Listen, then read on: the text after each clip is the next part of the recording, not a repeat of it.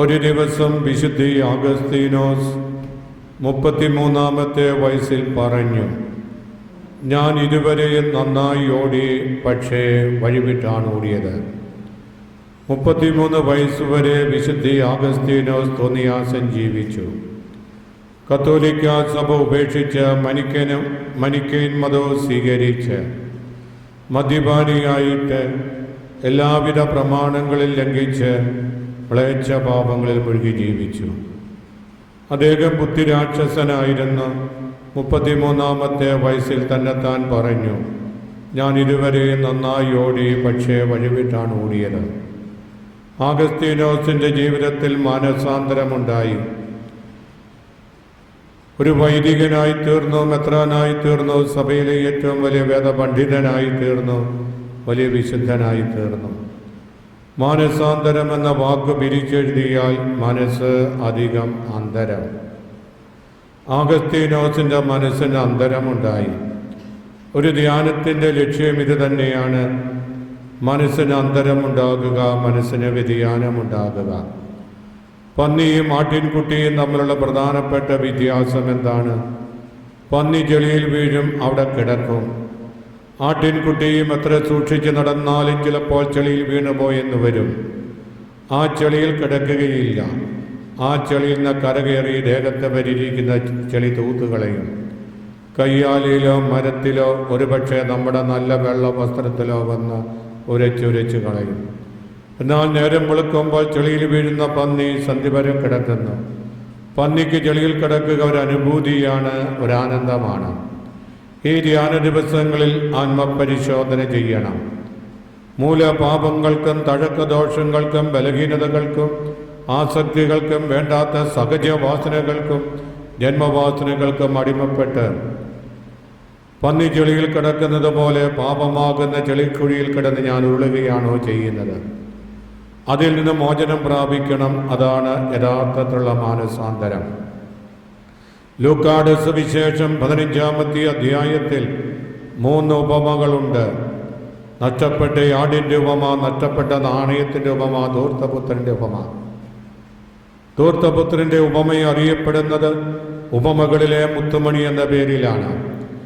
ഈ ഉപമയിലെ ഏതാനും വാചകങ്ങളാണ് നാം ഇപ്പോൾ സുവിശേഷത്തിൽ ശ്രവിച്ചത്. ധൂർത്തപുത്രൻ്റെ ഉപമയിലെ ഏറ്റവും മനോഹരമായിരിക്കുന്ന ഭാഗമേതാണ്? ധൂർത്തപുത്രൻ പറയുന്നു, ഞാൻ എൻ്റെ പിതാവിനെതിരായിട്ടും സ്വർഗത്തിനെതിരായിട്ടും തെറ്റ് ചെയ്തു പോയി. വേണമെങ്കിൽ ഈ മകന് പല പല നീതീകരണങ്ങളും ന്യായീകരണങ്ങളും കണ്ടെത്തിക്കൊണ്ട് തൻ്റെ തെറ്റിൻ്റെ ഗൗരവം കുറച്ച് കാണിക്കാമായിരുന്നു. ഈ മകന് വേണമെങ്കിൽ പറയാമായിരുന്നു, എൻ്റെ പിതാവിൻ്റെ വീട്ടിൽ എന്നെ സ്നേഹിച്ചില്ല.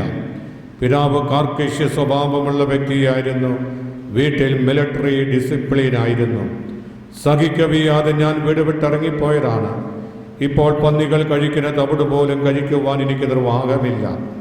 ഇതിന് കാരണം എൻ്റെ പിതാവാണെന്ന് പറഞ്ഞുകൊണ്ട് പിതാവിലേക്ക് കുറെ തെറ്റാരോപിക്കാമായിരുന്നു. ധൂർത്തപുത്രൻ അത് ചെയ്തില്ല.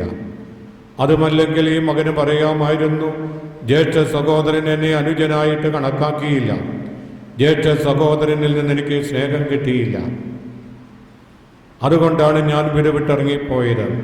എൻ്റെ ദയനീയത്തിലേക്ക് കാരണം ജ്യേഷ്ഠ സഹോദരനാണെന്ന് പറഞ്ഞുകൊണ്ട് ജ്യേഷ്ഠ സഹോദരനിലേക്ക് കുറെ തെറ്റാരോപിക്കാമായിരുന്നു. ധൂർത്തപുത്രൻ അത് ചെയ്തില്ല. അതുമല്ലെങ്കിൽ ഈ മകന് പറയാമായിരുന്നു, കൂട്ടുകാരാണ് എന്നെ വഞ്ചിച്ചത്. അവർ എൻ്റെ പണം മുഴുവൻ തട്ടിയെടുത്തു. പണം മുഴുവൻ തീർന്നു കഴിഞ്ഞപ്പോൾ അവരെന്നെ ഉപേക്ഷിച്ചു. ഇപ്പോൾ പന്നികൾ കഴിക്കുന്ന തവിട് പോലും കഴിക്കുവാൻ എനിക്ക് നിർവാഹമില്ല. ഇതിന് കാരണം എൻ്റെ കൂട്ടുകാരാണെന്ന് പറഞ്ഞുകൊണ്ട് കൂട്ടുകാരിലേക്ക് കുറെ തെറ്റാരോപിക്കാമായിരുന്നു. ധൂർത്തപുത്രൻ അതും ചെയ്തില്ല. അതുമല്ലെങ്കിൽ തൻ്റെ തെറ്റിൻ്റെ ഗൗരവം കുറച്ച് കാണിക്കാമായിരുന്നു. യഥാർത്ഥത്തിൽ പിതാവിൽ നിന്ന് കിട്ടേണ്ട വീതം മാത്രം വാങ്ങി ഞാൻ സ്വാതന്ത്ര്യപൂർവ്വം വിനിയോഗിച്ചു. ജ്യേഷ്ഠ സഹോദരൻ്റെ ഒരു ചില്ലിക്കാശ് പോലും ഞാൻ എടുത്തില്ല. എൻ്റെ വീതം മാത്രം വാങ്ങി സ്വാതന്ത്ര്യപൂർവ്വം വിനിയോഗിച്ചു. അത് വലിയ തെറ്റൊന്നുമല്ല എന്ന് പറഞ്ഞുകൊണ്ട് തൻ്റെ തെറ്റിൻ്റെ ഗൗരവം കുറച്ച് കാണിക്കാമായിരുന്നു. ധൂർത്തപുത്രൻ അതും ചെയ്തില്ല. തൻ്റെ പാപത്തിൻ്റെ ആഴം മനസ്സിലാക്കി കഴിഞ്ഞപ്പോൾ ധൂർത്തപുത്രൻ ആത്മാർത്ഥതയോടെ പറഞ്ഞു, ഞാൻ എൻ്റെ പിതാവിനെതിരായിട്ടും സ്വർഗത്തിനെതിരായിട്ടും തെറ്റ് ചെയ്തു പോയി. ഇതുപോലെ ധ്യാനം കഴിയുമ്പോൾ ഓരോരുത്തരും തന്നെത്താൻ പറയണം, ഞാൻ ദൈവപ്രമാണങ്ങൾ കൂടെ ലംഘിച്ചു, തിരുസഭയുടെ കൽപ്പനകൾ ലംഘിച്ചു, ധാർമ്മിക നിയമങ്ങൾ കാറ്റിപ്പറത്തിക്കൊണ്ട് ജീവിച്ചു, മാതാപിതാക്കന്മാരോട് മക്കളോട് ജീവിത പങ്കാളിയോടുള്ള കടമകൾ ഞാൻ നിറവേറ്റിയില്ല. ദൈവസ്നേഹത്തിനെതിരായിട്ട് സഹോദര സ്നേഹത്തിനെതിരായിട്ട് ഞാൻ തെറ്റ് ചെയ്തു പോയി. പണയിടപാടുകളിൽ അവിശ്വസ്തത കാണിച്ചു, ജോലിയിൽ അപാകത വരുത്തി.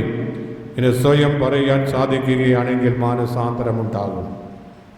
അത് സാധിക്കുന്നില്ലെങ്കിൽ ധ്യാനം കഴിഞ്ഞാലും പന്നി ചെളിയിൽ കിടക്കുന്നത് പോലെ നാം പാപമാകുന്ന ചെളിക്കുഴിയിൽ കിടന്നുള്ളുകയായിരിക്കും ചെയ്യുന്നത്.